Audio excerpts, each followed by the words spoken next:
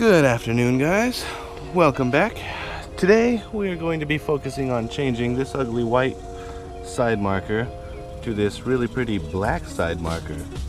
And I'll be the first to admit, honestly, I didn't even think twice about changing these side markers out until I went to tint them one day just to make them just a little bit darker, a little bit less noticeable on the outside, because this white kind of takes away from like the nice dark exterior. So I was going to tint them, and I was looking up a couple of forum posts on how to take these off, and a lot of people said that you just kind of pry them off. Don't do that, because you'll do what I did, where I pried it off and this awesome little plastic clip here broke off and fell down inside the fender, and there was no way to get it out. So I had to order these, which these are 1,000 times better. I mean, honestly, I didn't really care whether or not this was white. I was just trying to make it just a tiny bit darker. But now that I've actually, had the black ones on and looked at them and seen how they look, it's 1,000 times better than these.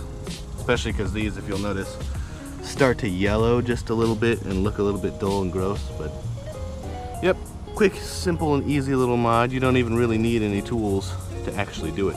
So I'm gonna go over showing you how to take these off the right way without breaking off your little clips or just ruining things in general. What you're gonna want to do is you'll go from the back here and push forward. You see how it starts to move just a little bit? I don't know if you can get any of that movement on camera, but it does move with that little clip.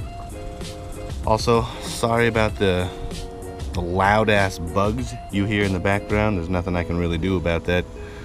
They're like cicadas or however you want to call it, but they're the loudest bugs in existence, man. They're horrible. So sorry in advance for this really shitty audio because of these bugs.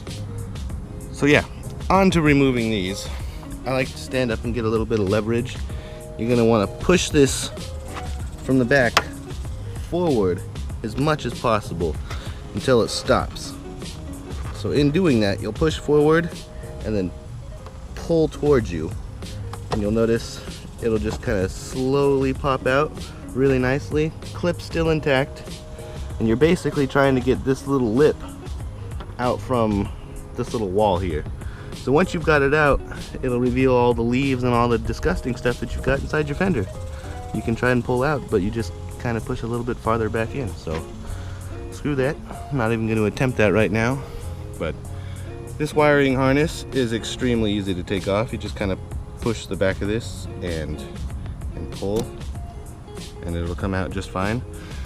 So comparing these two, you can see the black one obviously looks much better, but you'll notice that it's got this really weird looking connector that does not look like it'll go into that or this very easily. I was kind of confused in the middle of the night when I was first putting it on, because I was just like, what the hell is this?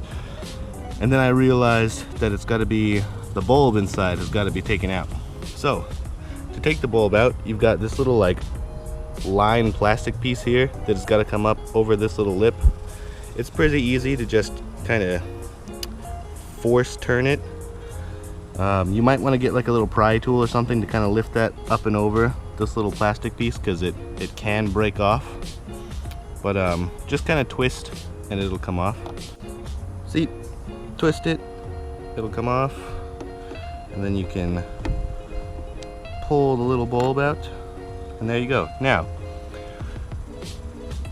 you never really, I guess, when you're changing bulbs and things, want to touch the bulb with your fingers, because you'll leave oils and stuff on it, and then it'll heat and it'll start to burn, and I guess it'll burn out, or however that goes. But in this case, I'm probably never using this again, so I'm just gonna like take that out and toss it over there, because I don't need that anymore.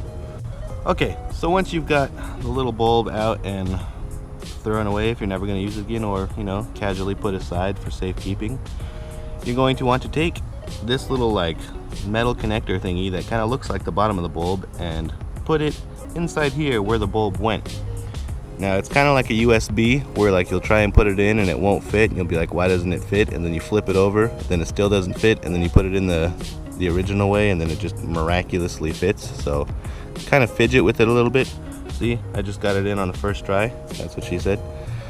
And then you just kind of put it exactly back how it was originally and turn it till it kind of clicks into place. There you go. The little plastic piece is back where we want it. And then you're good to just connect it back how it was. Super simple. Hide all those leaves and disgustingness that's in your fenders. Now you just kind of put the forward end in first. I like to put this tip in first and then just push it in till you'll hear it click. And there you go. That's in. Now you've got beautiful looking smoked white LEDs. Show you just a little bit of how it looks. Well, it's kind of hard to see because it's super daytimey, but at night they look really, really good. And now you've just got smoked, good looking side markers that look a lot better than the stock, like white, disgusting ones. So that's as easy as that was. If you're interested in picking up these exact ones because you like the little, like the V look, they look a little cleaner. There's a couple of them that are just these smoked out with like still the big like light bulb in there. In my opinion, they look a little bit, I don't want to say like bad quality, but they look a little bit cheaper than these nicer LED ones. If you want these ones specifically, I'll post a link down in the description where you get them. I paid, it was like $60 delivered to my door, and shipping was only about 3 days, so not bad, not bad. I've driven around with them with the rain and super hot weather and stuff, and the seals and everything have held up just fine. No water has gotten in. They haven't, you know, like short circuited or anything stupid like that, so they're weather tested good. You'll notice though when you're putting them on, they don't have these like little rubber gasket things like the OEMs.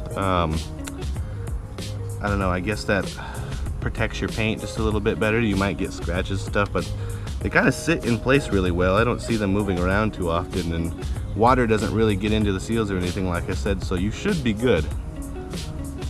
Yeah, there'll be a link down in the description where to get these ones exactly.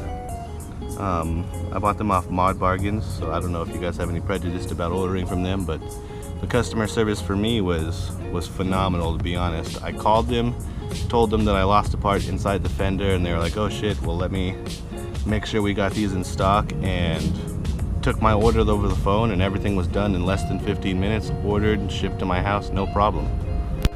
So yeah, I really can't say enough good things about the customer service and everything that Mod Bargains supplied to me. I don't even know if that's the correct way of saying that, but yeah, no, super awesome company to order from. But yeah, that was this install. Super simple, super easy, and makes a pretty good, I don't know, it's not a very drastic new look, but the sides of the cars just look a little bit cleaner in my opinion. So I guess for a little channel update here, a couple of you guys reached out to me and asked for more performance oriented videos, and I am listening to you.